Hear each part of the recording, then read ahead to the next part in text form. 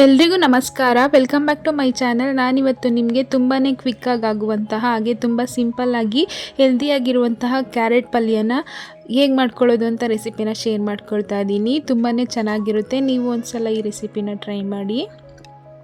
ಮೊದಲಿಗೆ ನಾನು ಒಲೆ ಮೇಲೆ ಒಂದು ಪಾತ್ರೆನ ಇಟ್ಕೊಂಡು ಪಾತ್ರೆ ಬಿಸಿ ಆದಮೇಲೆ 1 ಟೇಬಲ್ ಸ್ಪೂನಷ್ಟು ಆಯಿಲ್ನ ಸೇರಿಸ್ಕೊಂಡಿದ್ದೀನಿ. ಆಯಿಲ್ ಬಿಸಿ ಆದಮೇಲೆ 1/4 ಟೀ ಸ್ಪೂನಷ್ಟು ಸಾಸಿವೆ ಹಾಗೆ 1/2 ಟೀ ಸ್ಪೂನಷ್ಟು ಜೀರಿಗೆನ ಸೇರಿಸ್ಕೊಂಡಿದ್ದೀನಿ. ಇದೆರಡು ಸ್ವಲ್ಪ ಫ್ರೈ ಆಗಿದ್ದಾದಮೇಲೆ 1 ಟೇಬಲ್ ಸ್ಪೂನಷ್ಟು ಕಡಲೆಬೇಳೆನ ಸೇರಿಸ್ಕೊಳ್ತಾ ಇದ್ದೀನಿ. ನೀವು ಬೇಕಿದ್ರೆ ಇದ್ರ ಜೊತೆಗೆ 1/2 ಟೀ ಸ್ಪೂನಷ್ಟು ಉದ್ದಿನಬೇಳೆನ ಕೂಡ ಸೇರಿಸ್ಕೊಳ್ಬೋದು. ಈ ಕಡಲೆಬೇಳೆ ಕಲರ್ ಸ್ವಲ್ಪ ಚೇಂಜ್ ಆಗೋವರೆಗೂ ಚೆನ್ನಾಗಿ ಫ್ರೈ ಮಾಡಿಕೊಂಡು ಇದ್ರ ಜೊತೆಗೆ ಒಂದು ಸಣ್ಣ ಈರುಳ್ಳಿನ ಸೇರಿಸ್ಕೊಳ್ತಾ ಇದ್ದೀನಿ. ಈರುಳ್ಳಿ ಎಲ್ಲ ಸೇರಿಸ್ಕೊಂಡಿದ್ದಾದಮೇಲೆ ಇದ್ರ ಜೊತೆಗೆ 2 ಹಸಿಮೆಣಸಿನ್ಕಾಯಿ ಹಾಗೆ 1 ಒಣಮೆಣಸಿನ್ಕಾಯಿನ ಸೇರಿಸ್ಕೊಂಡಿದ್ದೀನಿ. ನಿಮಗೆ ಖಾರ ಜಾಸ್ತಿ ಬೇಕು ಅಂತ ಅನಿಸಿದ್ರೆ ಮೆಣಸಿನ್ಕಾಯಿನ ಸ್ವಲ್ಪ ಜಾಸ್ತಿ ಸೇರಿಸ್ಕೊಳ್ಬೋದು. ಹಾಗೆ ಸ್ವಲ್ಪ ಕರಿಬೇವಿನ ಸೊಪ್ಪನ್ನು ಸೇರಿಸ್ಕೊಂಡು ಇದೆಲ್ಲನೂ 1 ನಿಮಿಷ ಚೆನ್ನಾಗಿ ಫ್ರೈ ಮಾಡ್ಕೊಳ್ಳೋಣ. ಯಾರಾದರೂ ಹೊಸದಾಗಿ ನಮ್ಮ ವಿಡಿಯೋನ ನೋಡ್ತಾ ಇದ್ದರೆ ನಮ್ಮ ಚಾನಲ್ನ ಸಬ್ಸ್ಕ್ರೈಬ್ ಮಾಡಿಕೊಂಡು ಸಪೋರ್ಟ್ ಮಾಡಿ. ಇದೆಲ್ಲ ಚೆನ್ನಾಗಿ ಫ್ರೈ ಆಗಿದ್ದಾದಮೇಲೆ ನಾನು 2 ಮೀಡಿಯಮ್ ಸೈಜ್ ಕ್ಯಾರೆಟ್ನ ತುರಿದು ಸೇರಿಸ್ಕೊಳ್ತಾ ಇದ್ದೀನಿ.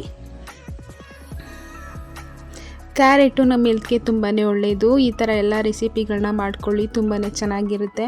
ಹಾಗೆ ಈ ಥರ ರೆಸಿಪಿಗಳಂತೂ ಬಿಸಿ ಬಿಸಿ ಚಪಾತಿ ರೊಟ್ಟಿಗಂತೂ ತುಂಬಾ ಚೆನ್ನಾಗಿರುತ್ತೆ. ನೀವು ಒಂದ್ಸಲ ಟ್ರೈ ಮಾಡಿ. ಕ್ಯಾರೆಟ್ನ ಹಾಕಿದ್ಮೇಲೆ 2ರಿಂದ 3 ನಿಮಿಷ ಚೆನ್ನಾಗಿ ಫ್ರೈ ಮಾಡ್ಕೊಳ್ಳೋಣ. ನೀರನ್ನು ಸೇರಿಸಿ ಬೇಯಿಸ್ಕೊಳ್ಳೋ ಅವಶ್ಯಕತೆ ಇಲ್ಲ. ಹೀಗೆ ಫ್ರೈ ಮಾಡಿಕೊಂಡ್ರೆ ಬೇಗನೆ ಈ ಕ್ಯಾರೆಟ್ ಬೆಂದೋಗುತ್ತೆ. ಹಾಗೆ ತುಂಬಾ ಬೇಗನೆ ಆಗುತ್ತೆ. ಮಕ್ಕಳಿಗೆಲ್ಲ ಬ್ರೇಕ್ಫಾಸ್ಟ್ಗೆ ಅಥವಾ ಲಂಚ್ಗೆ ಬಾಕ್ಸಿಗೆ ಪ್ಯಾಕ್ ಮಾಡೋದಕ್ಕೆ ಈ ಥರ ಎಲ್ಲ ರೆಸಿಪಿಗಳನ್ನ ಮಾಡ್ಕೊಳ್ಬೋದು. ದೋಸೆ ಚಪಾತಿ ಜೊತೆಗೆ ಅಥವಾ ಊಟಕ್ಕೆ ಸೈಡ್ ಡಿಶ್ ಆಗಿ ಕೂಡ ಮಾಡ್ಕೊಳ್ಬೋದು. ನಾನಿವಾಗ ಇದಕ್ಕೆ ರುಚಿಗೆ ತಕ್ಕಷ್ಟು ಉಪ್ಪನ್ನು ಸೇರಿಸಿ ಒಂದ್ಸಲ ಚೆನ್ನಾಗಿ ಮಿಕ್ಸ್ ಮಾಡ್ಕೊಳ್ತಾ ಇದ್ದೀನಿ.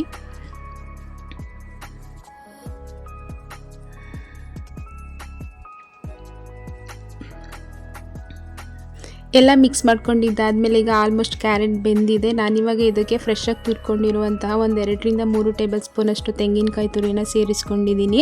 ಹಾಗೆ 2 ಟೇಬಲ್ ಸ್ಪೂನಷ್ಟು ಫ್ರೆಶ್ಶಾಗಿ ಕಟ್ ಮಾಡ್ಕೊಂಡಿರುವಂತಹ ಕೊತ್ತಂಬರಿ ಸೊಪ್ಪನ್ನು ಸೇರಿಸ್ಕೊಂಡು ಚೆನ್ನಾಗಿ ಮಿಕ್ಸ್ ಮಾಡಿಕೊಂಡ್ರೆ ಈ ಪಲ್ಯ ರೆಡಿಯಾಗುತ್ತೆ. ನೀವು ಒಂದ್ಸಲ ಟ್ರೈ ಮಾಡಿ. ತುಂಬಾ ಟೇಸ್ಟಿಯಾಗಿರುತ್ತೆ. ಹಾಗೆ ಎಲ್ರಿಗೂ ತುಂಬಾ ಇಷ್ಟ ಆಗುತ್ತೆ. ತುಂಬಾ ಸಿಂಪಲ್ಲಾಗಿ ಎಷ್ಟು ಬೇಗ ಆಗೋಯ್ತು ನೀವೇ ನೋಡ್ತಿದ್ದೀರಾ. ಹಾಗೆ ನೀವು ಒಂದ್ಸಲ ಟ್ರೈ ಮಾಡಿ.